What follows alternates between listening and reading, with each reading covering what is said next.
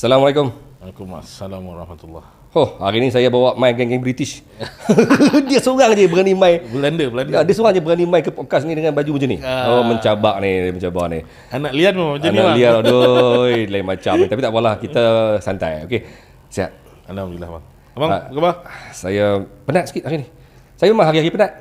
Lately ni dia makin penat. Dan umur dah masuk 47. Muda Sedar dah. Muda lagi. Tapi dah mula. Ha? Saya 24. 24. Okey. Saya cuba untuk percayalah. Ketika itulah. Saya tapi sebenarnya betul lah orang kata lebih bila umur dah naik lebih 40-an kita dah mula rasa. Saya dah mula rasa macam badan sakit, sikit pinggang bagai kan. Sebab kena tambah bini. Boleh potong lebat tu. Okey. Alright. Okey. Right. Selamat datang ke podcast Kopi Barisan. Terima kasih kerana sudi jemput saya. Kali yang kedua tak ada apa-apa ni. Banyak benda yang boleh share tapi bagi mereka yang belum kenal, saya perkenalkanlah Tok Siap. Nama apa sebenarnya? Nama sebenarnya saya Haris. Muhammad Haris. Baru saya tahu nama tu. Memang simpan nama tu. Selama ni dia panggil Tok Siap. Kenapa nama Tok Siap? Tok Siap tu yang sebenarnya. Dulu pernah jaga masjid apa ke? Atuk saya yang sebenarnya Tok Siap. Okey. Yang belakang tu Rembawi tu sebab saya orang Rembau. Maksudnya memang nama Tok Siap kerana atuk dulu Tok Siap masjid? Atuk saya Tok Siap. Okay. Masa saya nak create business dulu, masa tu berhenti kerja kita nak letak lah Datuk Panglima lah, Pendekar lah gitu kan. Dia lalu pas saya. Masa saya nak setting kat Facebook lah. Jadi bila kita nak setting tu, asal aku nak guna nama lain, guna nama dia lah. Saya letak nama Tok Siap Rembawi tu. Rembawi tu maksudnya Rembau? Rembau lah. Orang Rembau lah? Mak Rembau, ayah Kedah. Kat dari mana Rembau? Dari mana? Rembau Spring. Oh, saya punya belah perempuan dekat Pedas, Linggi. Dekat tu. Dekat Kedah mana? Sungai Petani. Sungai Petani, dekat Anggurun lah. Sebelah. Tapi sebelum tu, Tok Siap hadir dalam podcast Ngopi Warisan. Semua orang tahu podcast ni lah satu podcast yang kita claim terpaling Melayu. Awal-awal kita claim terpaling Melayu. Lantak pi apa nak marah-marah pi lah. Siapa yang nak buat benda lain buat lah kan. Tapi ni memang podcast pasal dunia orang Melayu. Dah tahu dah kot ni podcast orang Melayu. Berani mai sini sebab apa yang cuba dibuktikan dengan berani hadir ke podcast saya dengan baju macam ni. Dengan macam ni. Ini saya ni anak lian. Okay. Saya anak lian, saya orang buah pokok. Jadi style yang saya keluar memang macam ni lah. Jadi kita bawa Melayu tu sebagai satu tempat, tapi bila kita keluar, kita nak tunjukkan yang budaya ni berstyle lah. Walaupun kita macam ni, tapi jiwa Melayu kita lain kan. Atau Tok nak beritahu sebenarnya Melayu bukan terletak hanya pada pakaian. Ya, betul. Pada saya dulu pernah ada soalan macam ni. Okey. Kau tu asal tak pakai busana ni? Saya pernah tanya orang yang tanya saya ni. Sebab Tok jual busana. Berapa gelanggang yang kau ada? Oh, kan? Okay. Diam kan. Saya kata aku ada 5 gelanggang. Walaupun aku pakai macam ni, 5 gelanggang aku. Betul. Jadi kita saya terjun dalam dunia budaya warisan ni sebagai aktivis. Saya tinggalkan dunia kerjaya saya, bekerja dulu untuk bantu dunia warisan lah. And then sampai hari ni lah abang lihat saya hari ni, daripada saya mula daripada bawah dan sampai hari ni ada galeri, and then ada perkampungan budaya sekarang. Itu isu dia Tok mempromosikan budaya. Tok jual barang-barang budaya. Tok jual busana, Tok jual tanjak, Tok jual kerih, capal. Latest ni Tok sedang saya tengok Tok buat pula rumah-rumah lama, rumah-rumah kayu. Tapi kenapa tak ambil peluang hadir begini untuk nak mempromosikan apa yang sedang dijual? Kan. Jadi memang macam ni bang. Jadi orang akan stalker saya. Betul dia ni orang warisan nanti. Jadi nanti tengoklah page saya kan. tengok saya punya TikTok, tengok saya punya page kan. Yang kita memang pemegang taruh dalam dunia budaya. Pemegang taruh? Pemegang taruh. Berani claim pemegang taruh. Berani claim. Ada galeri kan? Okey. Galerinya galeri Tok Siap Rembawi dekat Bangi, Bandar Baru Bangi. And then sekarang kami tengah setting perkampungan budaya. Saya perasan tu dekat Facebook duk berlegar kerap kali muncul ni. Apa nama dekat mana? Dekat Rembau. Rumah kampung, rumah kayu. Kita beli rumah lain dan kita buat di tanah kita lah. Tujuan? Untuk buat perkampungan budaya lah. Perkampungan budaya? Ya. Apa dia punya pengisian dia? Pengisiannya kat sana kita ada 5 elemen. Kita ada permainan tradisional bang. Kita ada busana, kita ada persilatan, kita ada irama. Kita development di sana, di pekan-pekan budaya tu untuk dipertontonkan pada masyarakat lah. Crowd Public lah. ada silat, ada macam-macam. Ada irama. Dia orang datang sana, adakah ada ahli? Ada makan-makan lah. Tak, maksudnya memang ada aktiviti harian ke apa ni? Weekend lah, kita target weekend dulu. So, kalau berjaya kita akan pergi harian lah. dan rumah tu memang tujuannya untuk itu? Bukan untuk tinggal? Bukan, saya ada rumah lain lah. Kau nak tamatkan zaman bujang? Belum lagi. Bujang dah lama tamat dah ni kan. Tapi a bit serious tu saya tengok projek tu. Ya, kita ada 2 tempat lah. Satu kita buat di Rembau, and then sekarang ni kita baru deal di Senawang. Tok Siak rasa benda tu okey. Apa matlamat utama untuk profit? Mestinya kita orang menyaga kan untuk profit. Ya, tapi boleh ke dapat profit from budaya ni? Kan? Tapi saya dah 11 tahun dah bang duduk dalam dunia budaya. Saya tinggalkan kerjaya saya dulu, dan hari ni saya ada ini, alhamdulillah. Ya, saya pun agak terkejut tuan-tuan. Bila saya pergi ke galeri Tok Siak Rombawi dekat Bandar Baru Bangi, saya agak terkejut bila dia berani untuk sewa 2 tingkat 2, tingkat 3 kan. Corner lot. Yep. Di kawasan elit. Corner lot, kawasan elit, hanya untuk jual kerih, jual busana. Saya mula-mula fikir, ada orang beli ke? Ada orang beli hari-hari ke? Dia tak macam orang beli selojin, hari-hari orang pergi cari. Dan bukan ada crowd yang terbuka, dia crowd khusus. Ya, betul. Kan? Soalnya kita punya moto kita, trademark kita di Empire Rembawi ni, budaya adalah kerjaya.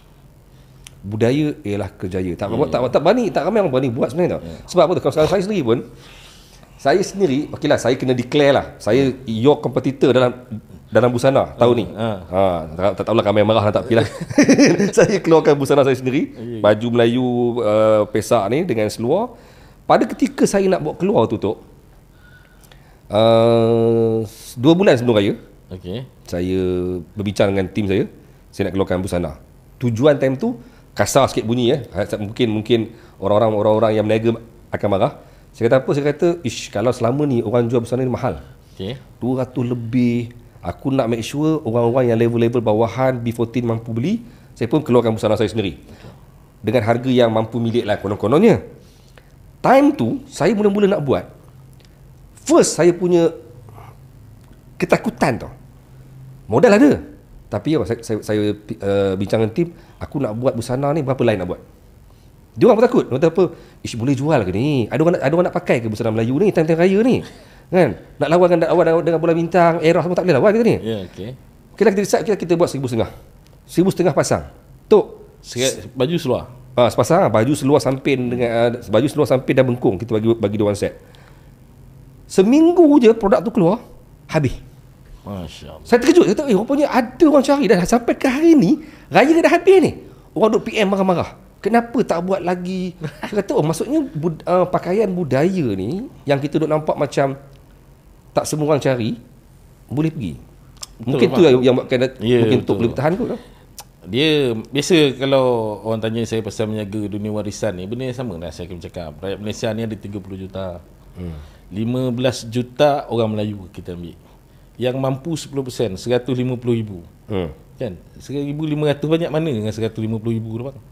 1.5 million. Kan? 1,500 pada 1.5 million tu 1% je. Betul. Sikit je. So market masih ada lagi, demand ada. Tapi bahasa ataupun ayat-ayat orang Melayu yang mungkin akan berlegar, yang akan attack orang macam Tok ni ialah memperdagangkan budaya. Ya, macam mana? Itu sebenarnya dah lazim dah saya terima benda macam ni. Jadi kita kena jiwa besar sikit dalam dunia budaya. Kalau kita nak bawa Melayu ni satu fasa yang lebih besar pada apa yang kita ada hari ni, kita kena keluar sikit pada kepompong kita. Kita kena keluar pada tradisi tu sikit. Kita masih mengekalkan tradisi, tapi kita kena pelbagai dengan dia. Yang apa kita buat produk yang kita keluar, macam baju sikap, baju layang dan pelbagai corak warna yang ada kan. Yang jadi benda inilah yang menarik orang minat, orang muda. Kita dah tahu ni peminat dia kalangan golongan yang berusia dan sebagainya. Orang muda tak minat. So kita nak tackle orang muda ni. Jadi kat sinilah dia tak mengubah pun attitude dia sebagai dia pakai baju baju lain dia tukar dia jadi orang lain kan. Tak. Dia tetap kat ajak Melayu. Kita nak bawa masuk jiwa dia tu. Kan? Jadi kita kena selari lah dengan orang muda dan sebagainya. Sebab kita kena berani sikit lah. Kena berani sikit buat perubahan, berani sikit tentang sikit arus yang ada tu kan. Untuk orang meniaga. Orang meniaga yang purely orang meniaga. Saya ni bukan purely tau. Saya ni orang yang nak try. Bila orang yang purely meniaga, kadang-kadang dia sanggup buat apa saja untuk dapatkan keuntungan. Tak. Apa saja. Dan adakah Tok juga tergolong dalam mereka yang saya tak tanya lagi. Adakah Tok juga tergolong dalam golongan-golongan mereka yang sanggup merosakkan budaya demi untuk nak tackle golongan muda ni? Yelah kan orang kata orang muda ni nak pakai baju begini, dia mungkin segan. Adakah Tok sanggup untuk nak merosakkan budaya? Kalau pada kami, kita tak sampai langgar pada tradisi yang ada lah. Kita masih kekalkan apa yang ada. Walaupun tanjak kami kat sana boleh laras, tapi masih ada lagi dia punya simpulan-simpulannya. Cuma kita nak bersesuaian dengan zaman kan. Dia setiap apa yang ada ilmu tu, dia ada disiplin dia. Jadi disiplin ilmu tu kita jangan langgar. Cuma kita pelbagaikan supaya dia tak adalah tanjak apa velcro yang velcro. Kan tanjak macam tu kita tak yang dapat velcro ni saya simpan soalan tu ada depan ni. Okey, tak apa teruskan. Jadi kita tak adalah sampai samping instant, kita masih ajar orang ikatan lagi. So baju-baju kita walaupun versatile tapi kita masih kekalkan pesak, kekek lagi masih ada kan. Itu keris-keris pun kita masih tunjukkan mana keris yang mampu milih, mana keris yang baik, premium. Kita disiplin ilmu kita tetap akan terapkan. Sebab knowledge ni, pengetahuan ni sangat penting untuk peminat yang baru supaya dia tak pecah hati dia. Jadi dia beli barang yang betul walaupun zaman berubah, ada kaedah yang baru kan, kaedah yang lebih cantik, lebih padan sesuai dengan zaman lagi ni, tapi masih mengekalkan tradisi. Gitu. Okey, maksudnya Tok cuba nak menerapkan elemen ilmu tu. Ilmu tu dikekalkan. Ilmu dikekalkan. Adat tu dikekalkan. Tetapi dengan konsep yang lebih baru. Ya, lebih baru. Okey, saya kena repair sikit lah bab ni. Okey. Bukan repair lah. Saya pernah pergi kedai Tok. Kedai Tok, saya ingat dah pergi 3-4 kali juga. Ya, banyak kali lah. Banyak kali lah. Sekali tu saya pergi, kalau Tok ingat, saya pernah tegur Tok. Saya kata apa? Tok, ni tanjak kreasi ni. Ya, betul. Okey. Tadi Tok sebut, Tok kata walaupun tanjak kami tanjak yang kreasi, tapi kami mengekalkan ciri-ciri tanjak macam simpulan bagai. Ya, betul. Yang ini yang ramai orang tak faham. Tak faham kan? Bukan saya bash Tok lah. Betul. Ramai orang yang tak faham bila kita bercakap soal tanjak ni Tok. Okey. Kita tak marah pun orang pakai tanjak kreasi. Betul. Saya sendiri terbuka dalam soal ni. Mungkin ada orang yang ekstrim. Yang ekstrim memang tak boleh langsung. Tapi saya dah jumpa ramai rakan-rakan dalam dunia warisan, dia orang tak ada masalah dengan tanjak kreasi. Tetapi ambil ilmu dia, pakai yang betul. Dan kenal apakah jenis tanjak, kenal apakah dia tanjak. Masalahnya semua benda yang sembrono dia gelar tanjak. Yang kain tak apa-apa diikat ngak-ngak pun dia panggil tanjak. And then ciri-ciri tanjak apa saya belajar lah, dia mesti ada simpulan. So Tok punya dan juga ramai lagi yang lain yang cuba bawa yang bawa kreasi, selagi mana dia mengekalkan simpulan, adanya ikatan tu, adanya bahan-bahan kain semuanya everything, dan adanya dia punya lambaian semua everything, maka dia bergelar tanjak lah. Apa isu dia? Cuba dia kreasi lah. Yelah. Kan? Cuma that's why saya rasa benda ni itu kot yang cuba Tok nak sampaikan, iaitu Tok dalam dunia perniagaan cuba nak mengekalkan karakter seni budaya tu, tapi untuk lebih dekat dengan orang ramai. Benar. Okey, tapi dalam bab pakaian pula. Sekarang bila Tok meniaga barang-barang budaya, apakah Tok punya panduan? Tok bawa karakter mana? Sebab saya perasan dekat galeri Rumbawi, kalau saya nak compare dengan Herin Mansur, dia ada karakter dia. Ya, betul. Apa yang Tok bawa sebenarnya? Kita macam tadi lah bang, macam saya cakap tadi, kita lebih fokus pada orang muda dan kita tunjuk kepada orang yang budaya ni lebih sesuai pada masyarakat. Kita tunjukkan karakter macam tu. Kita tak fokus sangat dengan pada tradisi. Kita boleh pakai baju dengan songkok kan, kita boleh pakai baju busana rakyat dengan suajin kan. Kita tunjuk bagi orang minat benda ni. Sebab orang ni dia jauh pada budaya sebab kita letak border kat dia. Ini kontroversi tu. Dengar pada sekelompok yang lain dia marah. Tak pada border pada dia kan. Jadi kita kena bagi dia minat dulu. Belajar. Kita tak boleh paksa dia terus nak pakai satu busana yang komplit. Kan dia tak ada keberanian lagi nak berada dalam masyarakat. Keberanian dan juga mungkin kemampuan. Kemampuan satu part lah. Satu keberanian dia nak pakai apa. Kita persepsi ni banyak. Kau nak jadi hantuah lah pasal nak pakai macam ni kan.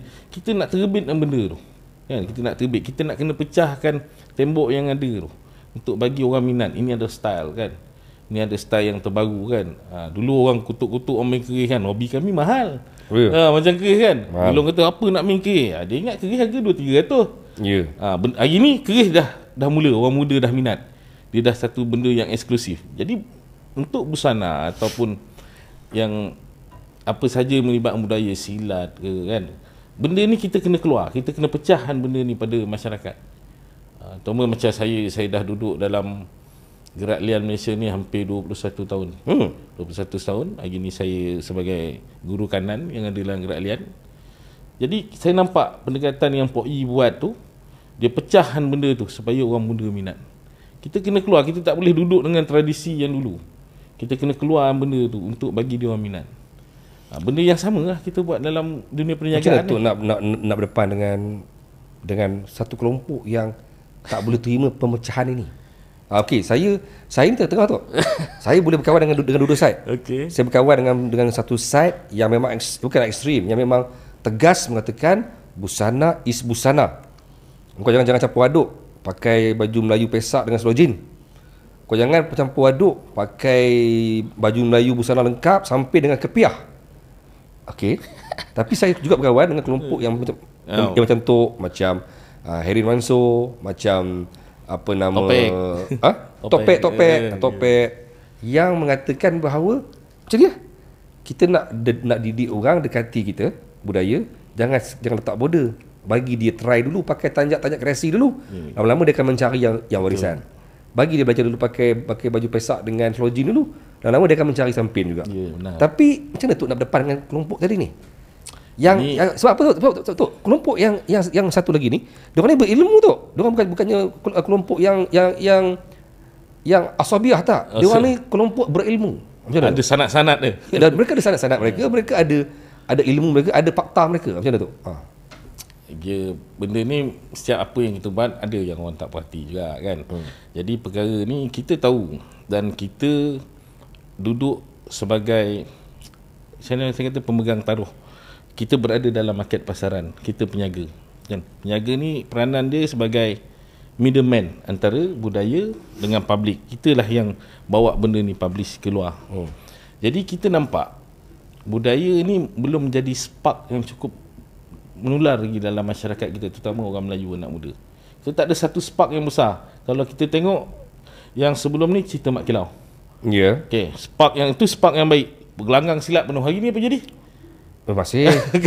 Masih ada lah, tapi makin kurang kan. Makin sendu sikit lah. Makin sendu. Berbanding ketika Mak Kilau. Saya ingat masa cerita Mak Kilau, galeri saya macam shopping mall.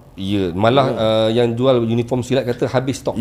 Betul. Jadi kita kena wujudkan spark ni. Kita kena wujudkan benda tu. Jadi kalau kita terikat dengan kaedah yang lama, kita tak dapat mendekati orang muda ni. Mereka dah ada pengaruh daripada barat, dia ada pengaruh dunia-dunia yang lain kan. Macam mana kita nak bersaing dengan dia kalau kita sendiri tak pelbagaikan budaya kita ni untuk penerimaan pada dia kan. Tu punya pendapat pelbagaikan budaya. Kenapa budaya tu nak dipelbagaikan? Pelbagai. Budaya dah ada solid dia punya karakter. Kenapa kalau kita pelbagaikan dia bang, dia lebih mudah nak dekat pada orang muda. Dan saya pun dah buat benda ni 11 tahun dah berniaga. Dan kita nampak bila kita kekalkan tradisi, market kita pergi tara mana. Apabila kita pelbagaikan dia, kita corakkan dia lebih bersesuaian dengan orang muda, market lagi besar pergi. Cuba bagi contoh macam mana apa pelbagai tu. pelbagai macam tadi, kita pakai baju sana dengan swajin, kan, kita tak terikat dengan kena pakai samping dan sebagainya. Maybe kita pakai baju sikat, kita boleh pakai semuta. Kita pelbagai dengan kaedah tu, kita boleh berserta dengan dia. Tapi sebagai pemegang taruh budaya, macam mana Tok nak pastikan pada hujungnya mereka yang mengambil pendekatan pelbagai tu nanti akan mencari budaya asal? Yelah, dia masih, kalau kita tengok hari ni lah, mana customer-customer yang datang di galeri kan, dia akan ada keberanian nak memakai komplit. Hari ni dia pada awalnya tak? Pada awalnya tidak, dia tak minat kan. Saya rasa abang pun benda yang sama yang berlaku kan. Sampai hari ni saya nampak saya pakai seluar kurta ni, seluar kurta, baju Melayu. Sebab kita pun nak pakai dulu baju layang di luar pun kita tak berani dan tak sesuai. Ya, betul. Saya seorang yang tegas merasakan tak sesuai. Memang walaupun ramai marah, kata kenapa pula nak malu pakai baju layang dekat khalayak awam. Saya kata memang tak sesuai pun. Takkan nak pergi main bowling pakai baju samping tanjak pakai, kan? Jadi kita benda-benda macam tu lah. Jadi bila dia datang keberanian, dia nak cuba, nak belanja, nak pakai kan, dia akan ambil dengan konten yang penuh, yang tradisi punya kan. Kita akan bagilah. Tapi kalau dia datang, dia nak try baju dulu, bang, tak berani lah nak pakai samping, macam ni nak pakai baju, pakai baju dulu. Tapi tak ada orang pakai swajin, pakai baju layang kan? Tak ada. Tapi baju layang yang plain, ya. Memang dah kita memang keluar produk tu contoh macam Abang Saipul pakai tu kan. Kita keluar produk tu untuk orang pakai harian. Kita keluar produk tu. Kita nak bagi orang berani ni baju pakai. ni. Ya. Okey. Baju layang macam dia saya tadi tak perasan. Sekali pandang macam cardigan lah. Macam pakai cardigan lah. Ya. Okey. Kita keluar produk macam ni. Kita ada lagi berbagai lagi produk yang kita nak keluar lah untuk tahun ni, lagi 2-3 jenis produk yang kita nak bagi orang muda minat. Sebab kebanyakan yang datang galeri golongan muda bang. Golongan muda yang umur 45 ke atas ni dia dah apa yang buat dia orang cari? Sebab kita punya colour. Tak, maksud saya bukan soal cari rumbawi. Apa yang buatkan orang muda mencari busana Melayu ni? Sebab dia nampak ni adalah style dia, style yang terbaru. Dia dah mula sayang pasal bangsa dia, tapi dia tak ada keberanian lagi. Dia tak ada. Dia dah mula tergebit, aku orang Melayu, aku nak jadi Melayu, tapi dia tak ada keberanian lagi. Jadi kita jangan tekan dia satu benda yang kau kena pakai spek macam ni, kau kena macam ni. Okey, relax, tenang. Macam orang main keris, benda yang sama main keris. Dia nak main keris bang, jangan main keris antik, main keris baru dulu. Kodi. Ya, main keris kodi kan, main keris baru, kenal dulu. Pegang besi, timbang besi dulu, kenal kayu, faham ukuran macam mana, belajar dulu. And then esok ada modal sikit, baru upgrade sikit sampai level yang puluh-puluh ribu kan. Tapi kalau kita tengok hari ni keris dunia keris orang yang terjun dunia keris, dia terus nak main yang antik, berapa ramai dia tergayung dengan keris proses. Sebab dia tak belajar dengan keris proses, dia tak belajar dengan keris kodi, dia tak belajar keris murah ni. Sebab dia tak timbang besi ni, dia tak rasa besi ni lagi. Tiba dia nak main antik, rasa ni antik, ni keris proses. Berapa ramai yang tergayung, yang terkena dengan dunia ni. Sebab benda macam ni kita kena bagi pendedahan pada dia orang. Main dulu yang murah, baru main yang mahal. Sama dengan busana pun, benda yang sama. Main dulu sikit-sikit, pakai jean, pakai kemeja, pakai tanjak, tak apa, bagi. Jangan tekan dia orang. Bagi dia orang dah minat, mula minat, and then dia akan datang keberanian dia. Kalau kita nak bagi jiwa Melayu tu, kita nak bagi satu kelompok Melayu ni faham jiwa Melayu ni, kita kena rendah sikit ego kita. Kita kena buang sikit kita punya tradisi kita tu, kita rendah sikit bagi dia. Dia tak mengubah pun apa-apa pada dia orang. Dia sebenarnya satu lagi lah tu. Dulu orang ada satu kelompok yang tak kenal dengan busana Melayu, dengan budaya busana Melayu. Dia kata dia melihat busana Melayu ni murahan dululah. Tapi bila mereka dah kenal, baru orang tahu ni bangsawan. Jadi saya petik, saya nak ulas sikit bila Tok sebut pasal bagi dia kenal dulu, ambil yang murah-murah dulu, main keris, main kodi dulu, lama-lama dia akan cari yang puluh-puluh ribu. Saya macam sedikit bersetuju lah. Sebab apa? Sebab dia macam ni lah. Busana Melayu ni Tok, saya rasa Tok mungkin setuju juga. Kalau nak pakai sepersalinan, daripada hujung rambut sampai ke hujung kaki, saya pernah kira tu, kalau lah termasuk keris di pinggang, mau 23,000. yang ada kat body ni. Tu celah mana yang kata ini kampung punya baju. Kan? Sebab dulu orang kata baju Melayu ni apa pakaian busana Melayu ni kampung punya baju ni. Sedangkan pakaian tu lagi mahal daripada kau pergi office tu. Yang pakai coat dengan tie blazer pakai tu. Capal pun kulit kan. Capal pun kulit, harga pun 100 lebih. Kan? Kerih tengok pula kalau kata dah main pula kerih antik dekat pinggang, kau siap lah. 5,000 kan. Betul. Okey tu. Cuma tu apa yang buatkan diorang takut? Bila orang muda ni datang untuk mendekati busana Melayu. Busana apa ataupun dunia budaya bang? Dunia budaya lah. Saya letakkan budaya dan kita ambil dulu busana dan sentimen budaya. Lebih pada sentimen. Nak jadi pendekar, nak jadi mat kilau, kita downgrade orang tu sendiri. Maksud tu bila tengok pakai kau ni nak kahwin ke? Pendekar ke? Nak pergi kahwin ke? Kan? Panglima ni kan. Kenapa saya sebelum tu bagi lebih detail, kenapa persepsi orang kita bila tengok orang pakai busana dia kata orang silat? Sebab orang silat yang mengamal, tapi jarang silat tengok pakai busana kan. Saya jumpa dengan ramai penggiat busana bukan orang silat pun. Yalah, kalau kita nak refer pun tentang busana hari ni, kita nak refer kat mana bang? Kita akan refer pada filem lama-lama tu. Ya. Jadi filem lama tu yang pendekar ni pakai busana tu. Kan kalau kita tengok cerita Tuah ke Piramli punya cerita ke Nordin Ahmad ke yang pakai tanjak busana ni pendekar kan. Ya. Jadi sentimen tu kat situ lah duduk. Macam mana tu nak educate orang lain, nak educate semua orang yang bahawa busana bukan pakaian silat. Dia bukan pakaian silat tu. Busana ni bukan pakaian silat, ni pakaian silat pakaian dia lain. Dia pakai baju silat lah. Yelah, baju silat dia ada baju silat. Macam mana nak educate orang bahawa busana ni bukan pakaian silat? Dengan filem kalau nak buat kan. Tapi filem pun bila pakai benda sama juga kan? Silat juga. Kan yang pakai busana filem mak kilau bersilat juga. Ya, betul. Kan. So macam mana kita nak educate orang? Saya sampai hari ni saya rimas dengan statement aku bukan nak pergi bersilat. Kita kata pakailah busana Melayu. Kenapa nak pakai busana Melayu? Aku bukannya nak pergi bersilat. Aku bukannya orang silat. Bila pakai busana kan orang suruh bersilat kan. Kenapa? Macam mana nak educate? Inilah tadi bang, kita kena pecahan benda tu, border yang ada tu. Itu sebabnya kita kena bagi orang melepak pakai busana, pakai baju rakyat kan. Tapi tak senonoh pula nampaknya kalau duduk tepi longkang pakai tanjak, betul tak? Betul, setuju. Kan? Saya pun tak setuju benda tu. Seperti apa yang berlaku dulu. Satu kes yang berlaku yang dihebohkan, saya lupa dah tahun bila mana satu kelompok ramai-ramai berbusana Melayu selengkap-lengkapnya dengan tanjak bagai duduk tepi longkang bersila seokok di dataran Merdeka. Wasak nama. Yelah, saya pun tak bersetuju perkara tu. Jadi kalau macam saya pun kalau pakai busana lengkap, saya akan tengok program. Dan kalau saya pakai tanjak, saya takkan sokok. Takkan sokok. Okay. Saya sokok, saya akan buka tanjak saya. Kita menghormati dia kan. Pakai kopiah pun benda yang sama juga. Jadi kita bila kita berpakaian lengkap ni, bagi saya bila kita berpakaian lengkap busana Melayu dengan berkeris dia, kita kena pertontonkan identiti Melayu tu. Melayu yang macam mana kita nak bawa.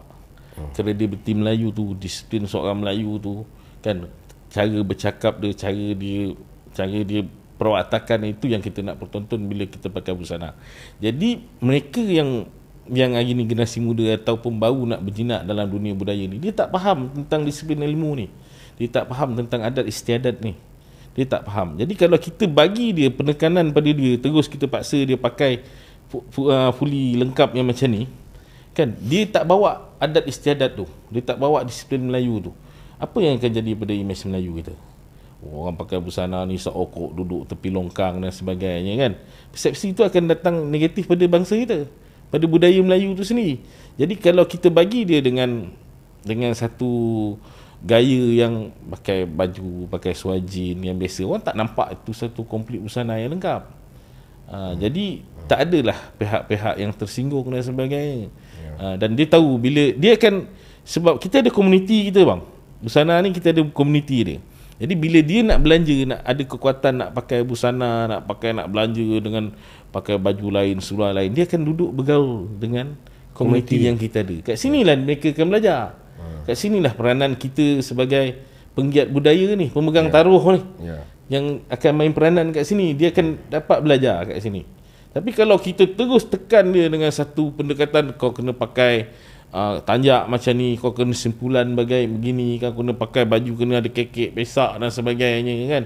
Terus kita nak tekan dia dengan tu, dia akan pecah hati. Dia kenapa? Poyo sangat ni kan, poyo sangat dunia Melayu Terasa ni. aku. Saya pun suka pakai pesak Ya. kekek. Kita pun keluarkan produk yang sama. Okay. Tapi kalau hari ni orang pakai tanjak, dia pakai baju kurta. Ya. Kita pertikaikan, oh ni kurta ni bukan ni. Jangan kita tekan, relax. Kita bagi dia masa. Kita bagi dia peluang untuk dia kenal budaya Melayu dengan cara yang harmoni. Didik dia. Ya kan? Kita tengok bagaimana sunnah baginda sallallahu alaihi wasallam kita. Dia bukan datang dengan perang, dia datang dengan kasih sayang. Benda yang sama kita nak terapkan budaya kita. Kalau kita nak bawa budaya kita ni satu peringkat yang lebih eksklusif, kita kena bawa dengan kasih sayang. Tapi bukan kita mengorbankan budaya kita. Kita korbankan kita punya tradisi, kita bawa. Tapi kita bawa dengan kasih sayang. Tapi kalau kita tekan keras dan sebagainya, kita condemn dan sebagainya, jadi orang ni akan rasa kita poyo.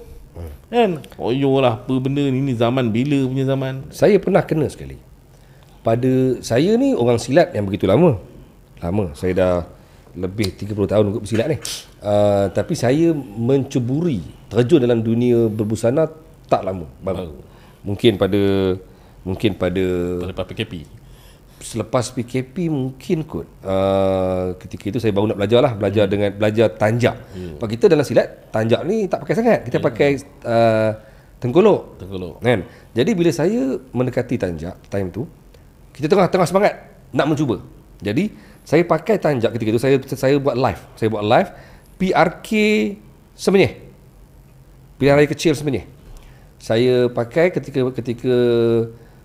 Perak Calon, saya pakai baju t-shirt, seluar jean, saya pakai tanjak kain hitam.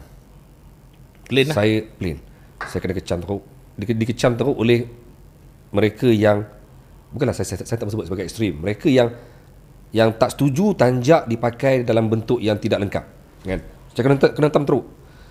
Saya tu rasa macam, payah juga macam ni nak pakai. Kalaulah saya sebagai seorang penggiat busana ataupun peminat budaya pun rasa macam kecewa, apalagi orang lain yang baru nak try, kan? Sebab sedangkan saya lebih suka educate orang macam ni. Saya lebih suka educate orang macam ni.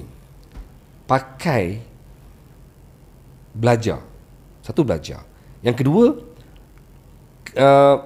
bertepatan dengan keadaan. Contohnya lah, saya selalu lah bila orang PM saya, cikgu saya nak pakai tanjak pergi lepak mamak, boleh cikgu? Saya tak pakai, tapi janganlah pakai tanjak Laksamana Muda, kain songkit yang bermas-mas bagai. Pakailah yang plain tu. Carilah, saya kata kau readykan kat rumah kau satu tanjak kain hitam, kain cotton kosong tu, yang untuk kau santai dengan t-shirt, dengan seluar jeans. Mana ganti topi kan? Sebagai ganti topi. Saya kata daripada kau pakai topi, letak tanjak, nampak lebih kemas lah. Yelah, walaupun pakai dendam tak sudah solat timbul nampak. Tak sudah pula kan. Pakai pula Putera Kayangan pergi lepak mamak, tak kena lah. Tapi saya kata saya lebih terbuka, walaupun pendapat saya ni dikecam ataupun ditentang oleh ramai juga orang yang mengatakan bahawa tanjak ialah sebahagian busana Melayu. Jadi saya ini ilmu, tuan-tuan semua. Maksudnya saya nak sampaikan ini ilmu. Ilmu ni kena pegang juga, iaitu tanjak ialah sebahagian busana Melayu yang dikatakan bahawa pemakaian tanjak mestilah melengkapi busana Melayu. Maksudnya nak pakai tanjak ni mesti dah lengkap dengan busananya. Itu kata mereka yang berilmu lah. Saya pegang juga, saya pun setuju dengan statement tu.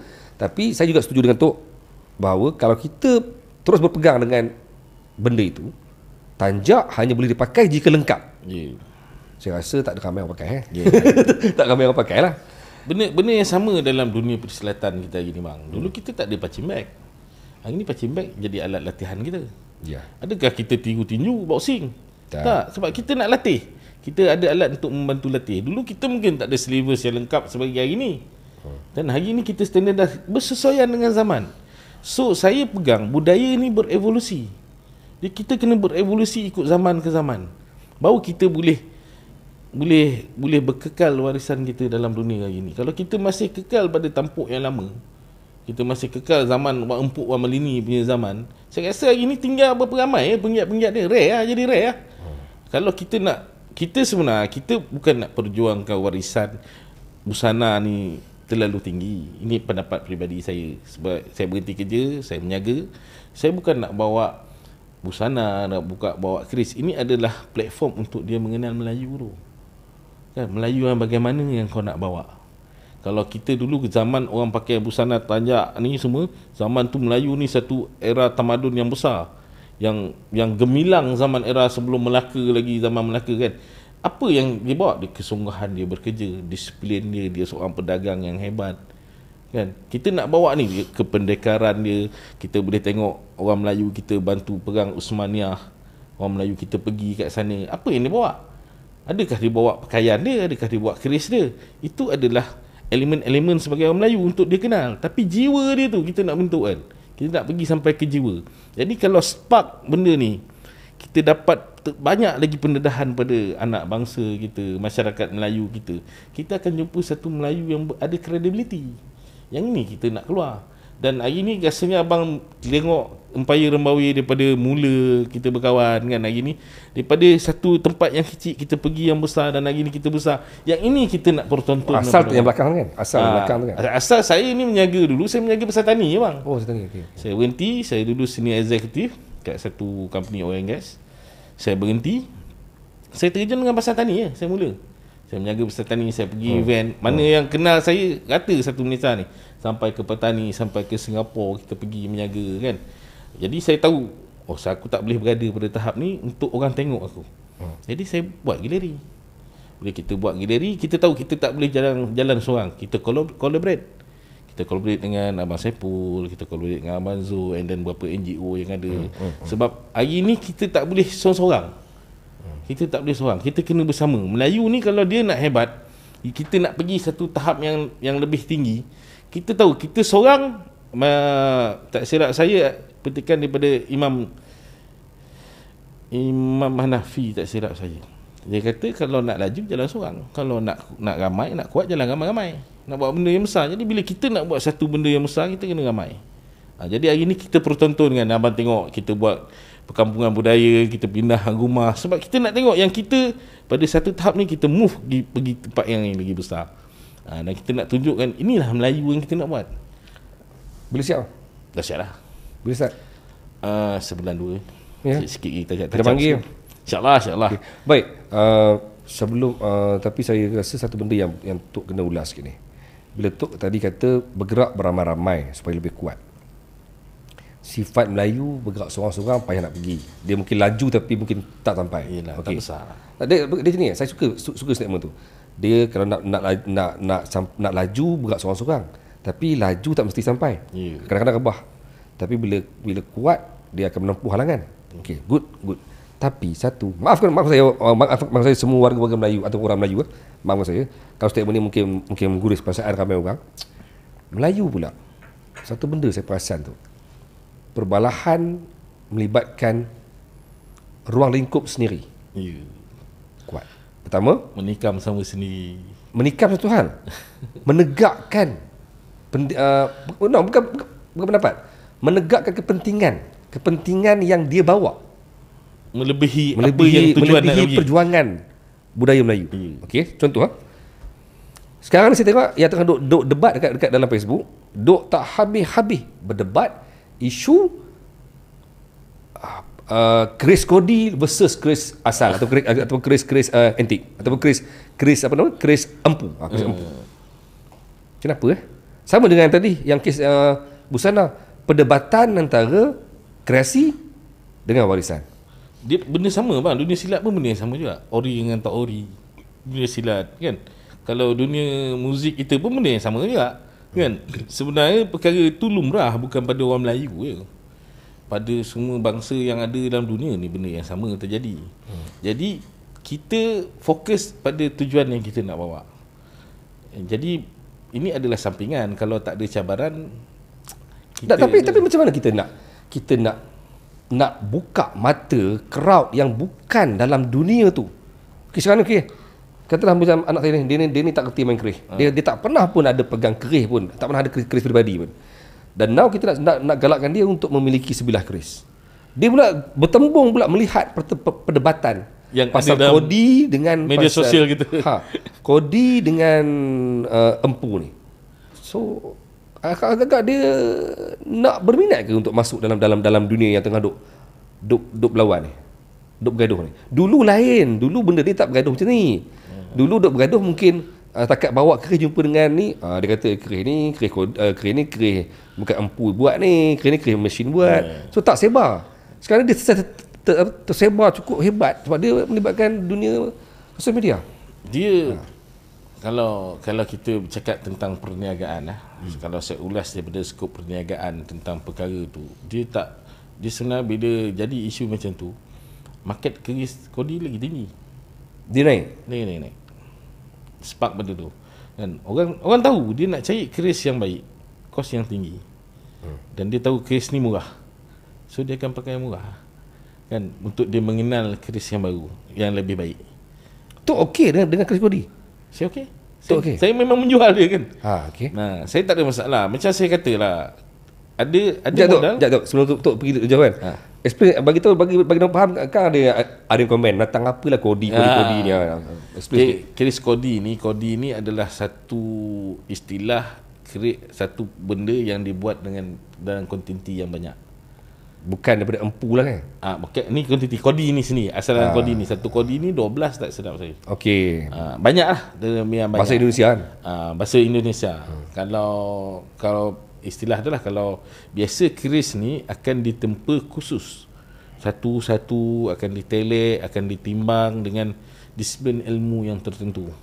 Jadi kebanyakan keris kodi ni ada yang tidak ditempa dan ada yang dituang, teknik tuang dalam mall dan sebagainya. Jadi kualiti dia ni berbeza lah dengan keris yang dibuat khusus. Jadi benda ni sama juga. Kalau kita tengok kereta Pro 2, tak boleh jawab lah dengan kereta Conti. Kan? Yang keluar 4-5 biji kan. Ya kan. Tak sama lah dengan kalau kita nak ambil Lamborghini dengan kereta Honda kan, tak sama. Kualiti yang berbeza atas kemampuan orang. Okey, sama tadi. Apa nama tu tak ada masalah dengan kodi. Tak ada, tak ada masalah sebab orang baru dia nak mengenal keris. Dia akan cari keris yang baik.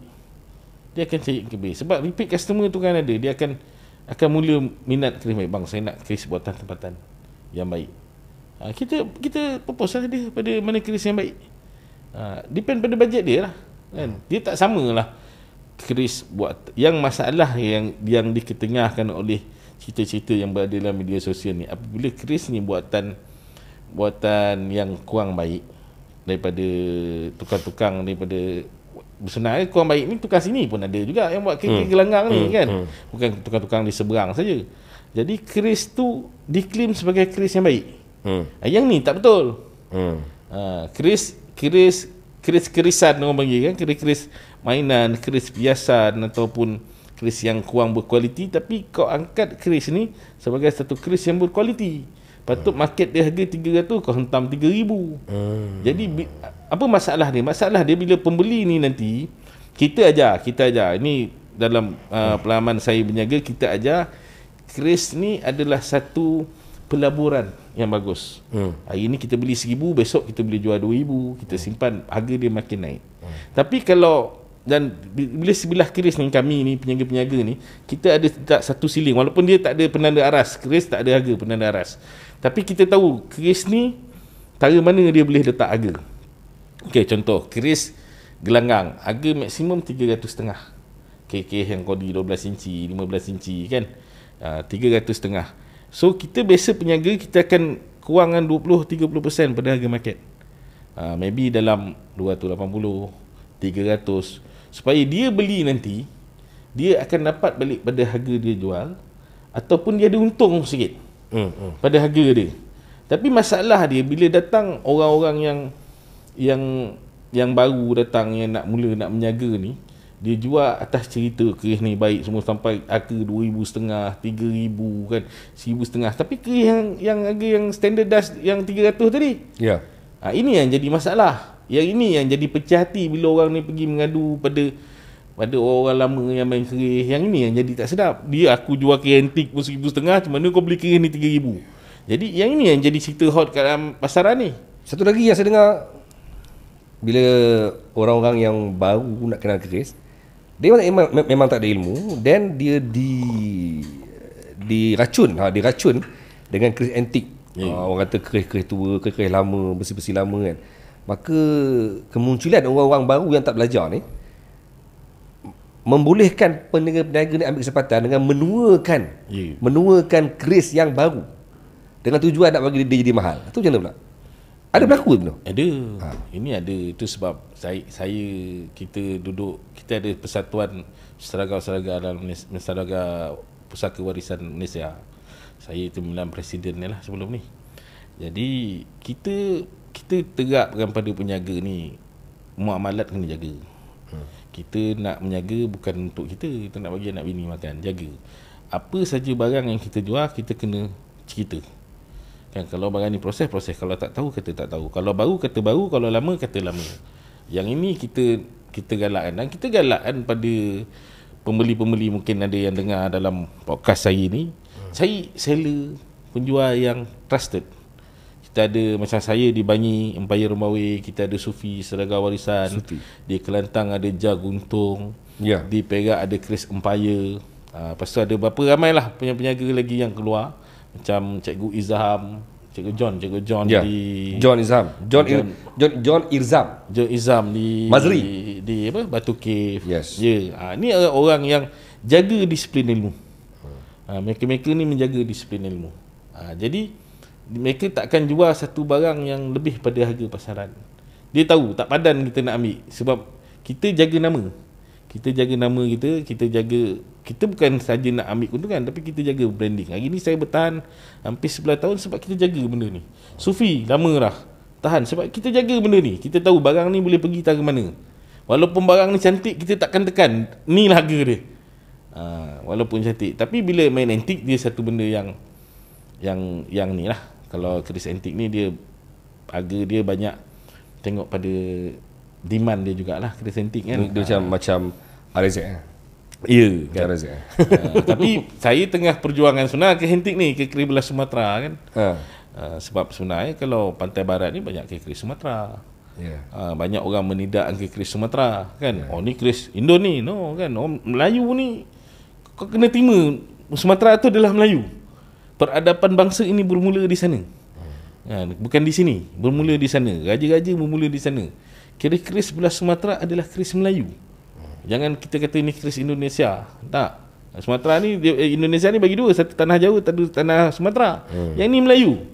Tidak mana nak nafi yang tanah barat ni, pantai barat ni. Kan? Minang, Jawi. Hari ni kalau kita nak claim tanah kita ni, suku bangsa apa, kita nak claim apa? Melayu, nak claim Jawa, Banjar, Bugis, Banjar, Minang, Rawa, Jambi, Mandalay sana luar. Itu yang saya sebut dalam satu podcast dengan Yusuf. Dia salah faham bila saya sebut, saya kata Melayu ni satu istilah politik. Dia kata saya kata politik tu seperti UMNO parti lah, UMNO PKR semua. Saya cuba time tu saya cuba nak bagi tahu macam ni. Melayu memang wujud. Melayu memang wujud, dan Melayu memang satu. Dah ambil kopi minta ni. Apa nama? Lem. Dah tidur ah? Pergi ambil air sikit. Minta air sikit. Minta bagi air. Minta nak air kosong ke? Bagi dulu. Melayu ni saya cuba nak bagi tahu yang Melayu ni macam ni. Melayu ni memang ada wujud. Memang Melayu, keperluan Melayu. Cuma saya kata Melayu ni penting dipekalkan sebagai satu istilah. Sebab kalaulah istilah Melayu dibuang dan kita hanya membawa satu, dan kita hanya bawa istilah etnik kita sendiri. Saya orang Patani, Tok Siap orang Jawa, ni orang Minang. Kau kecil je. Betul. Kau sibuk dengan Minang kau besar itu je Minang kau. Tapi bila aku keluar, kau orang mana ni? Aku orang Melayu lah. Rasa besar lah. Rasa aku besar lah sebab aku ramai. Tapi kalau kata aku orang Patani, tengok sebelah aku, kau mana? Kau Minang, tak geng kita. That's why saya jelaskan yang Melayu ni satu istilah politik. Politik bukan bermaksud parti. Politik means satu strategi, penyatuan orang Melayu dalam parti. Berlaku dekat UMNO dulu, berlaku dekat PAS Islam dan sebagainya. So maksud saya Melayu ni satu istilah politik yang kena dijaga. Sebab kalau lah kita buang istilah Melayu, Habis. kita bawa istilah etnik kita, lingkup. Kau keluar dekat IC kau Banjar. Minoriti lah. Minoriti lah kita. Ada sebab saya Sebenarnya nenek moyang kita dah fikir benda ni bang. Ya. Dah fikir ratusan tahun dulu. Ini terjadi dalam sejarah Rembau. Sejarah Rembau. Okay. Kita ada 12 suku yang ada. Ya. Semua adalah suku bangsa-bangsa Melayu. Betul. Bukan orang Minang. Orang kata orang Rembau orang Minang. Orang Rembau bukan orang Minang. Dia ada suku. Baru ni saya jumpa satu suku. Bukan Minang ah? Bukan Minang. Okey. Dia memakai sistem Minang. Itu sebab dia ada bidalan. Beraja di Johor, bertali ke Siak, bertuan ke Minang. Dia bukan orang Minang. Yang silap. Orang ni 9 bukan orang Minang. Ya. Dia memakai sistem Minang. Saya mati-mati sebut Minang. Bukan. Bukan. Saya keturunan Jambi. Okey. Jadi baru ni saya jumpa keris satu di kampung. Saya tengok apa hal keris ni, keris cenuk Patani ni. Saya tanya, ni suku apa? Suku Batu Hampa Patani. Di Negeri Sembilan. Di Negeri Sembilan. Saya jumpa di kampung saya. Saya jumpa keris tu keris Patani. Tapi pusaka orang kat situ. Saya pernah jumpa keris Kedah. Saya pernah macam-macam keris lah saya jumpa. Sebab dia adalah 12 suku, 13 suku yang ada tu adalah semua suku rumpun Melayu yang ada kat situ. Yang ada dalam alam Melayu ni, dia datang ke Rembau sebab Rembau ni dulu satu ketika dulu dia adalah pusat latihan tentera untuk kerajaan Melayu. Jadi orang mungkin nak podcast tengok, cerita apa? Cerita dia senang. Tak apa. Apa saja perang, Rembau ada. Perang musuh bisik, Rembau bantu. Ya. Ya, boleh tengok sejarah dia ada. Okey. Perang Riau, Rembau bantu. Perang Jemuntah, Rembau bantu. Perang Raja Haji Fisabilillah, Rembau bantu. Perang Sultan Abdul Jalil dengan Tun Ali. Sorry, Allahumma salli Muhammad. Saya lupa. Rembau datang bantu. Sebab dia adalah bukan orang Rembau, adalah semua suku bangsa Melayu yang ada dalam rumpun Melayu ni. Dia training di Rembau, dia standardise dengan sistem Minang. Sebab Minang dah ada sistem. Zaman tu, zaman era Pagar Ruyung tu, dia ada sistem lah kerajaan dia. Jadi nak standardisekan orang Melayu ni, dia pakai sistem Minang. Itu bidalan dia, beraja di Johor. Zaman tu zaman Johor Riau Lingga Pahang. Beraja di Johor, bertali ke Siak, bertuan ke Minang. Itu pakai sistem Minang yang ada. Tadi apa kaitan dengan hampir-hampir berlaku di Rembau bila 12 tu dengan Melayu apa dia? Ya, jadi orang Melayu ni dah bersatu. Okey. Dia dah bersatu dalam suku bangsa yang ada. Yang satu jemaah besar. Ya, jemaah yang Kalau besar. dia berstand pada 12 tu dia tak ramai lah. Tak ramai lah. Jadi 12 suku yang ada ni, dia bergabung dengan bawa nama Melayu. Ya. Dia bawa nama Melayu dan hari tu dia membantu perang yang ada. Dan hari ni kalau kita tengok sejarah ini yang kita kena buat balik. Jadi kita kena keluarkan satu persepsi yang negatif tentang kita, kepentingan diri macam abang kata tadi kan, lebih pada kepentingan persatuan kan. Kita kena tengok apa yang kita dokong. Kalau dasar tu kita bersetuju, semua ikut dasar ni lah. Semua kena ikut apa yang dipersetujui bersama lah. Tak boleh lah ada kepentingan peribadi. Kena menidak benda tu. Sebab hari ni kalau kita jalan seorang atas kepentingan peribadi, kita tak pergi mana. Kita kena bersama. Hari ni Melayu yang hari ni ada, kita sebagai penggiat budaya.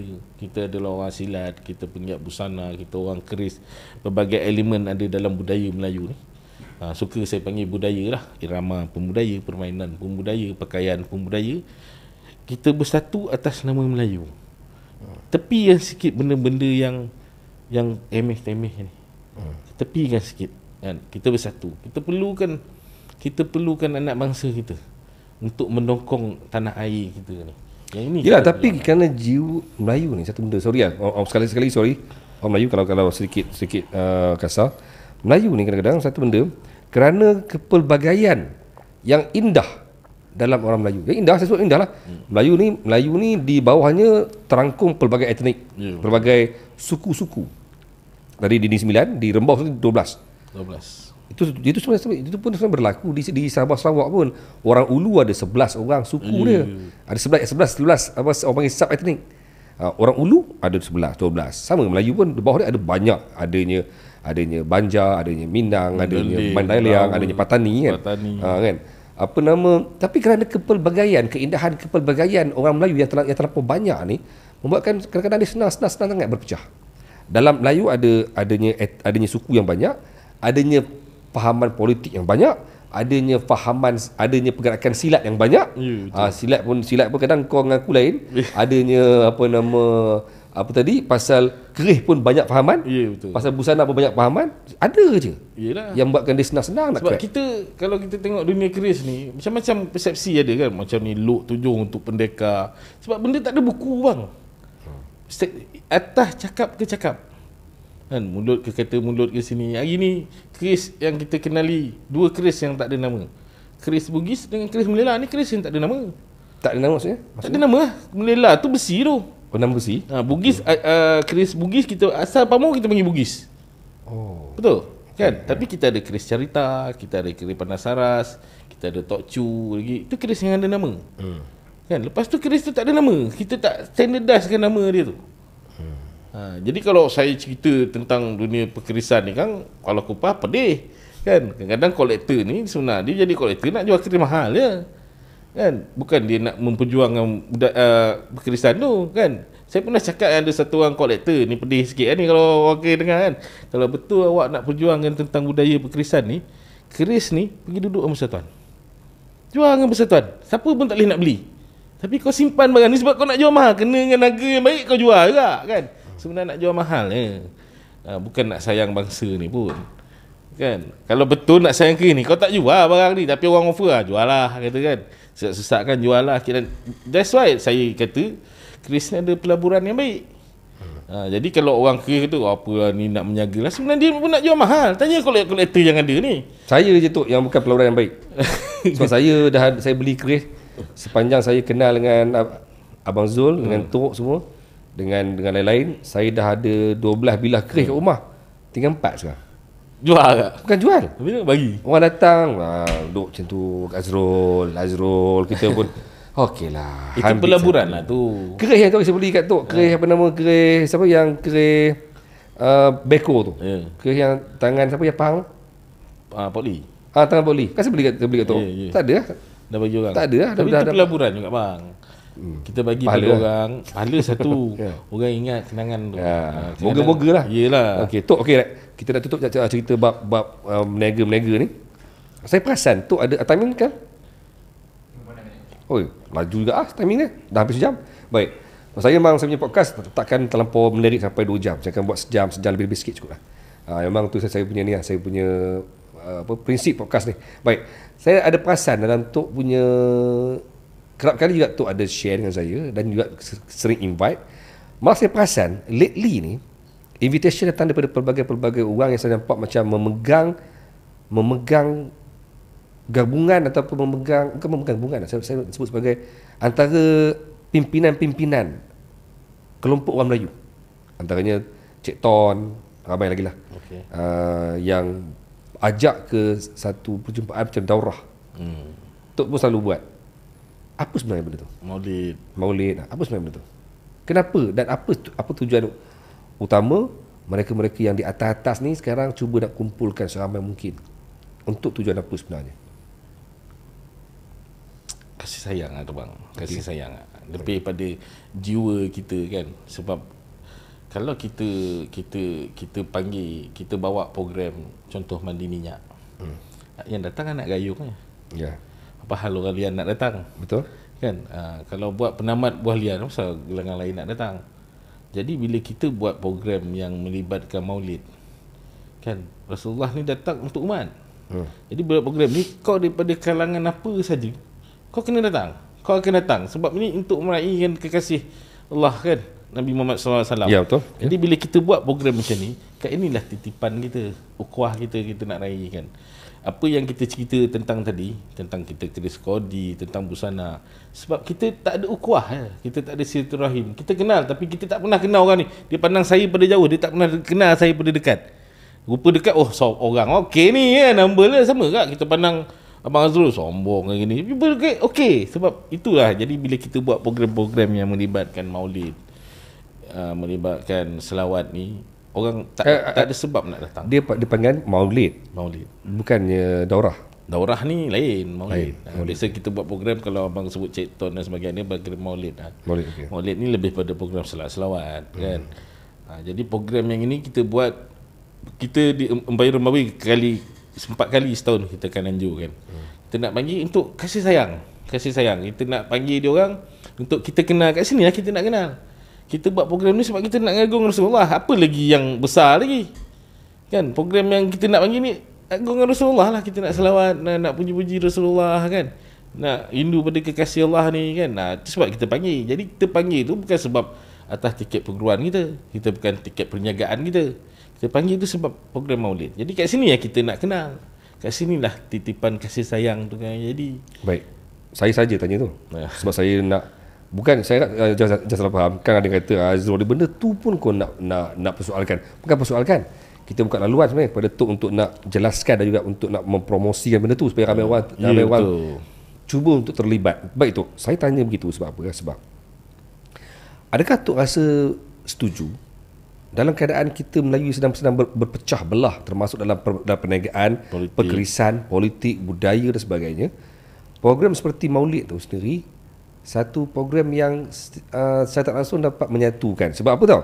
Saya dah bukan menolak, saya gagal untuk hadir 3 invitation yang dibuat oleh, saya lupa dah dia, tapi dia orang ni panggil ramai influencer tau. Dia panggil termasuklah sekali dengan golongan-golongan artis. Yang latest dia ada panggil saya time tu dengan Syahrul Shiro semua ada, dengan apa nama, ramai. Saya dapat tengok, bila saya tengok list tu yang hadir tu, pelbagai golongan. Adanya artis, adanya influencer, adanya politician, adanya orang-orang education. Adakah kita dah sampai ke tahap, bukan, kita dah sampai ke masanya kita perlukan program-program begini untuk nak Melayu tu disatukan? Ya bang, sebab kita tak boleh nak satukan di dalam kelompok budaya. Kita cuba bawa platform budaya yang kita perhatikan. Dan bila saya berkolaborate dengan Yayasan Jenderami, kita nampak benda ni penting. Jadi sebelum ni kalau kita panggil golongan silat, abang pun orang silat kan, silat dia takkan boleh nak bersatu kan. Dia ada dengan kaedah dia tak boleh masuk gelanggang sini. Jadi program Maulid ni lah tujuan yang kita nak panggil semua golongan. Sebab tak ada sebab nak datang. Bukan sebab program ni tak boleh datang, ni gayung punya, tak. Ni program Maulid, semua orang boleh datang. Umat baginda sallallahu alaihi wasallam boleh datang raikan dia. Rai yang program tu kat situlah kita nak kasih sayang. Sebab baginda sallallahu alaihi wasallam tu datang untuk bawa kasih sayang. Jadi kita nak ambil sunnah dia. Itu sebab kita tengok hari ni ramai orang buat program Maulid. Sebab tuan lah, kita kat situlah kita nak kenal. Kat situ kita nak bersapa. Oh kau ni ini, oh okey dia ni. Kat situ mungkin terbit benda yang lain, penyatuan yang bagus. Di Empayar 4 kali setahun. 4 kali kat atas tu lah. Tingkat atas tu. Di Tok, saya perasan, okey, satu benda lah. Kita pergi pada satu soalan lah yang terakhir ni. Tok sendiri ada silat lian. Tapi saya dapat lihat Tok juga mempromosikan silat-silat lain dekat Empayar. Kenapa? Sebab kita memang, saya ni lian ni pakaian saya. Kan? Jadi itu permainan, kalau ramai pun tak tahu saya bawa lian sebelum ni. Sebelum saya terlibat fokus pada Empayar Rembawi ni, saya adalah Majlis Warisan Tanah Beradat Negeri Sembilan, pengasas. Jadi kita gabungkan silat-silat yang ada. Silat yang ada, dan kita nak bawa, kita tahu silat ni mampu untuk mendidik anak bangsa kita, dan dia berjaya. Contohnya kita yang ada hari ni. Dan hari ni bila saya menjaga keris, keris ni satu benda yang mahal lah tuan-tuan. Benda yang mahal. Jadi saya pernah tengok orang beli 20,000, 30,000 sebilah kan. Dan saya jumpa Melayu yang hebat-hebat yang berada pada dunia korporat. Jadi bila saya tanya dia, apa persamaan pada diorang yang saya jumpa, customer-customer saya ni, dia pernah seketika berada dalam gelanggang silat.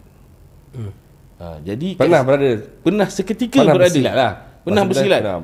Tapi dia tak perasan benda ni. Jadi di gelanggang silat ni lah membentuk dia punya jati diri peribadi dia. Di gelanggang silat ni sepadannya nyawa tuan-tuan. Tak tepih kerih ni mati.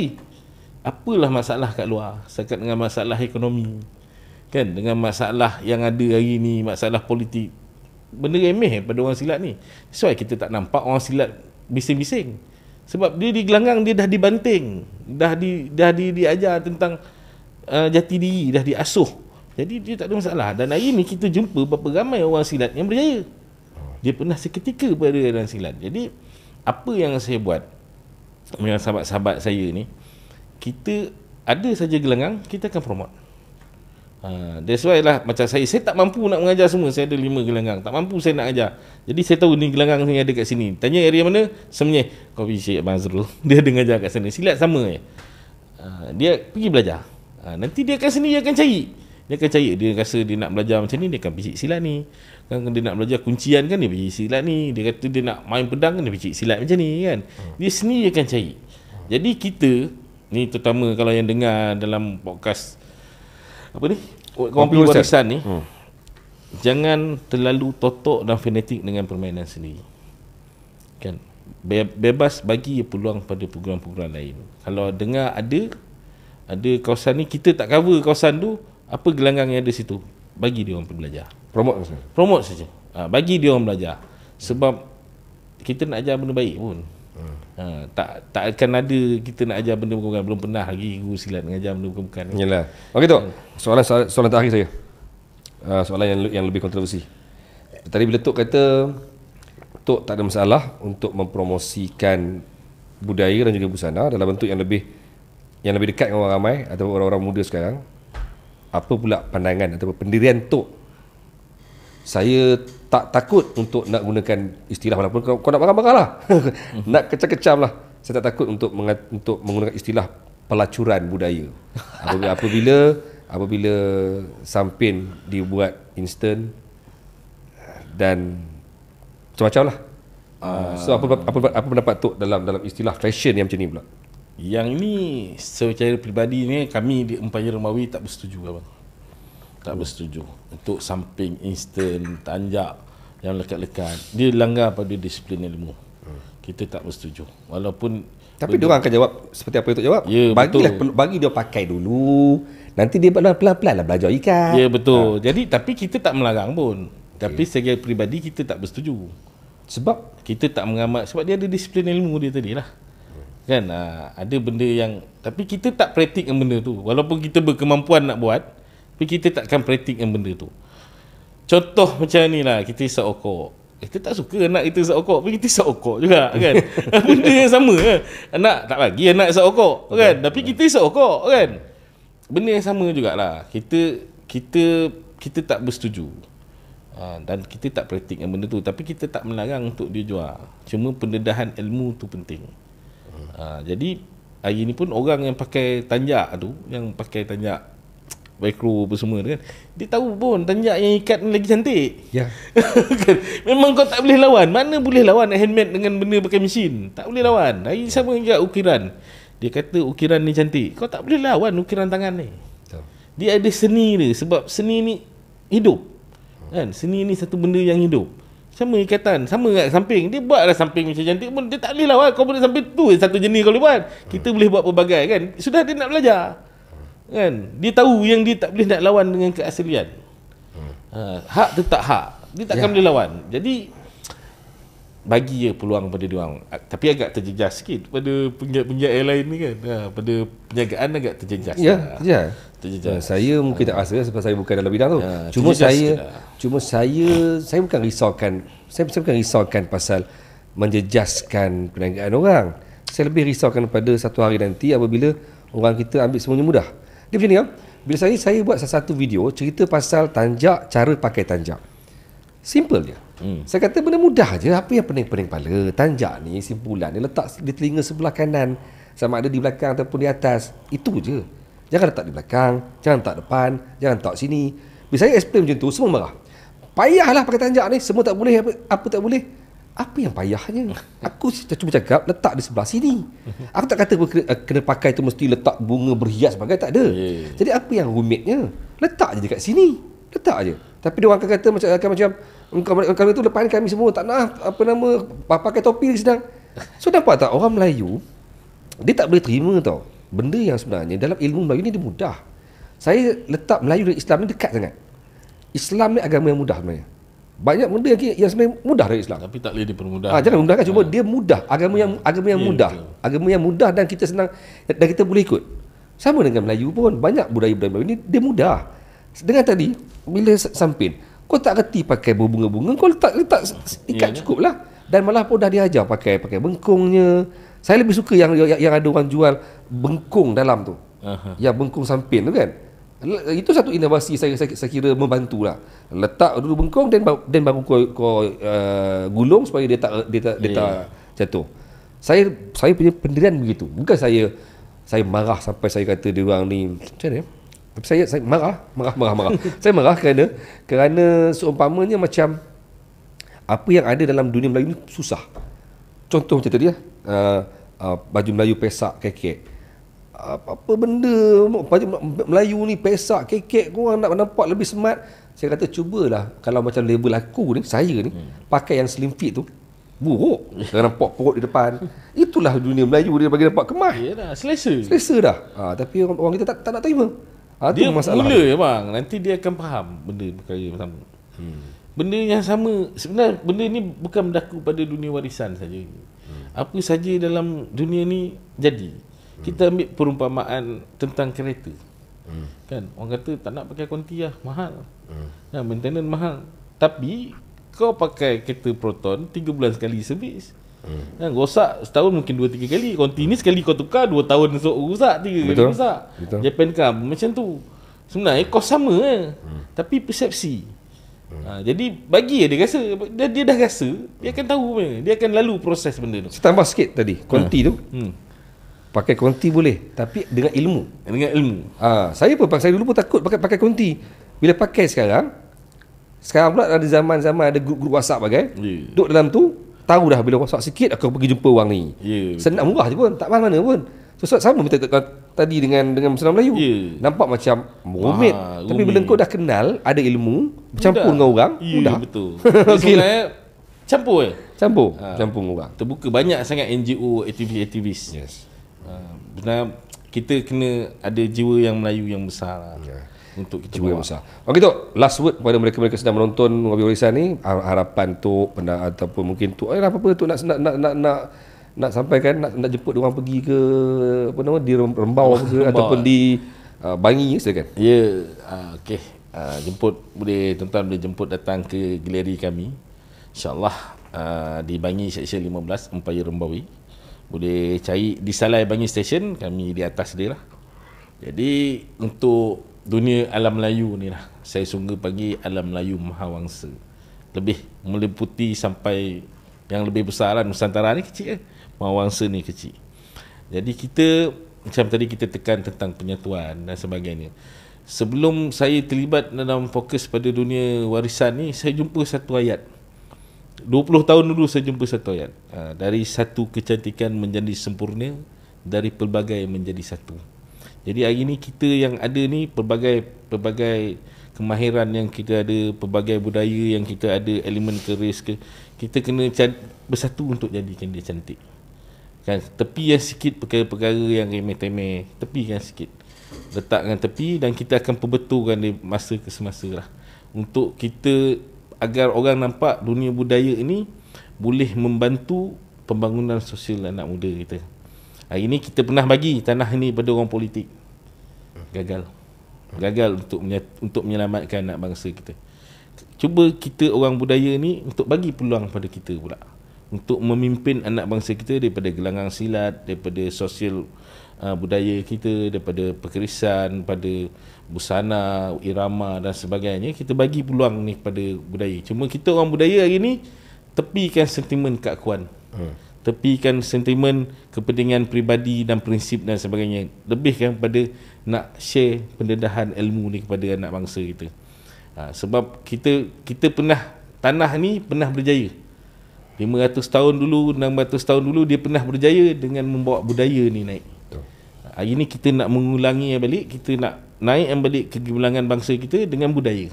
Ini saja orang Melayu boleh berjaya. Kan? Jadi bukan saya tinggalkan Islam, sebab Melayu tu dengan Islam dia jalan seiring. Bila kita bawa budaya, kita akan junjung agama kat mana pun. Sebab agama tu memang kita dah junjung ke mana, tapi kita menyatukan budaya dalam gelanggang silat, dalam gelanggang busana, dalam gelanggang irama kita, gendang silat, rebana, perkerisan. Kat sini ada jiwa-jiwa Melayu kat situ. Kalau Ustaz Amin kata ada berapa? 20 elemen tentang Melayu. Jadi masakan dia kan, permainan tradisional dia. Kat sinilah kita nak perkenalkan budaya. Inilah nak menyelamatkan anak muda kita daripada terjerumus pada benda-benda yang tak baik. Jadi supportlah apa saja aktiviti Melayu. Tuan-tuan yang ada hari ni, saya rasa follower, pengikut Abang Azrul ni ramai. Jadi mula hantar anak ataupun bapa dengan mak sendiri menceburi bidang. Kalau tak rasa tak nak bergelanggang, tak larat nak bergelanggang, pergi belajar ikat tanjak. Main gendang ke? Main gendang ke, pergi belajar permainan tradisional, main gasing ke, ataupun kena kolek keris ke dan sebagainya. Mula terbit kan, ada tak satu keris kat rumah? Orang kena, kenapa pasal keris? Jangan kira pasal tu, kira tu Melayu. Letak kenakan gendang, permainan tradisional, ajar main gasing, main lelayang dan sebagainya, permainan konda-kondi kan. Banyak lagi elemen yang kita ada. Kenal jiwa Melayu tu bagaimana. Yang ini kita nak terapkan budaya tu. Jadi kita tahulah makan berjambar macam mana, lalu berlaku orang Melayu, lalu depan orang tua macam mana, cara bercakap bagaimana. Yang ini kita nak pertontonan pada masyarakat. Yang kita mampu untuk mendidik anak bangsa kita. Untuk aktivis-aktivis budaya kan, para penggiat, hentikan perbalahan. Jangan nampak, jangan buka aib kita. Di Facebook saya tak pernah tengok saya kecam-kecam bergaduh pasal keris, pasal busana ni. Dan saya elakkan bang pada dunia ni. Abang cerita pasal, saya tahulah keris kodi, busana, saya tak ada masuk pun. Sebab jangan kita tambahkan keruh keadaan. Biar dia berlalu seperti angin kan. Perlahan dalam dunia budaya ni seperti berkocak air dalam cawan kan. Kocak, lama-lama dia reda kan. Jangan kita tambahan lagi. Kita tunjukkan yang kita ni adalah orang yang berkredibiliti. Orang silat, orang budaya ni adalah orang yang berkredibiliti, yang mampu memimpin anak bangsa kita. Jadi orang percaya untuk hantar anak dekat gelanggang silat, orang percaya untuk anak dia belajar tanjak, orang percaya untuk anak dia belajar keris. Apa saja dunia budaya ni, itu yang kita kena tunjukkan. Dan hari ni Empayar Rembawi itu yang kita bawa. Daripada galeri kita buat perkampungan budaya, nak tunjukkan yang budaya ni adalah kerjaya. Kita nak pertontonkan benda tu. Sebelum ni orang apa belajar silat, tak ada masa depan. Kan? Yes. Hari ni kita kena tukar persepsi tu. Dia belajar silat, dia ada masa depan. Betul. Kan? Dia ada masa depan. Dia belajar main muzik, dia ada masa depan. Betul. Hari ni kita kena letakkan satu nilai eksklusif pada kita. Yes. Ini panggil orang gendang silat, kita belajar 500, belajar 1,500 pula kan. Okey, itu saja. Okey. So saya tambah sikit, bila Datuk kata bukan kita tolak Islam. Islam is number one. Sebab kita bawa pun Abata. Agama di depan, bangsa nombor 2, tanah air nombor 3. Tapi saya cuma nak tegaskan bahawa berapa ramai orang Islam yang dimurtadkan. Bermaksud Islam tak pasti belum pasti matinya Islam. Bukan nak merendahkan, cuma nak bagi tahu Islam tak semestinya kau akan mati sebagai Islam, tapi Melayu akan mati sebagai Melayu. Nak tukar macam mana? Tiba-tiba esok aku claim aku ni Korea. Mana boleh? Aku Melayu lah kan. Tapi saya difahamkan berapa ramai Islam dalam Malaysia ni pun dimurtadkan. Ramai. Tapi tak ada seorang pun yang percaya di Korea kan. Sebab dia tetap Melayu kan. So thank you Tok. Dan tadi saya cuma nak tambah sikit pasal Tok cerita pasal Empayar Rembawi. Saya pun mengesahkan bahawa kalau korang yang menonton ni, yang selama ni duk merungut kata bukan kami tak nak pakai, antara bahasa yang antara ayat yang selalu orang guna, bukan tak nak pakai, tak jumpa, nak cari pergi ke Empayar Rembawi. Saya sahkan memang ada banyak. Korang boleh pergi cari kerih, carilah pedang baju ke, lebih 30-40 design baju, semua baju macam-macam, capal ke, duk kata duk sama ni duk bising capal kat mana, pergi Empayar Rembawi. Semua ada. Kita buat one stop center. Tapi make sure jangan mudah terracun. Tu je, mati korang. Jangan risau, kredit kad terima. Kita ada mesin. Okey Tok, thank you kerana sudi hadir. Jumpa lagi insya-Allah, dan selamat raya. Terima kasih. Maaf zahir batin. Sama-sama Jumpa lagi. bang. Terima kasih. Assalamualaikum. Assalamualaikum.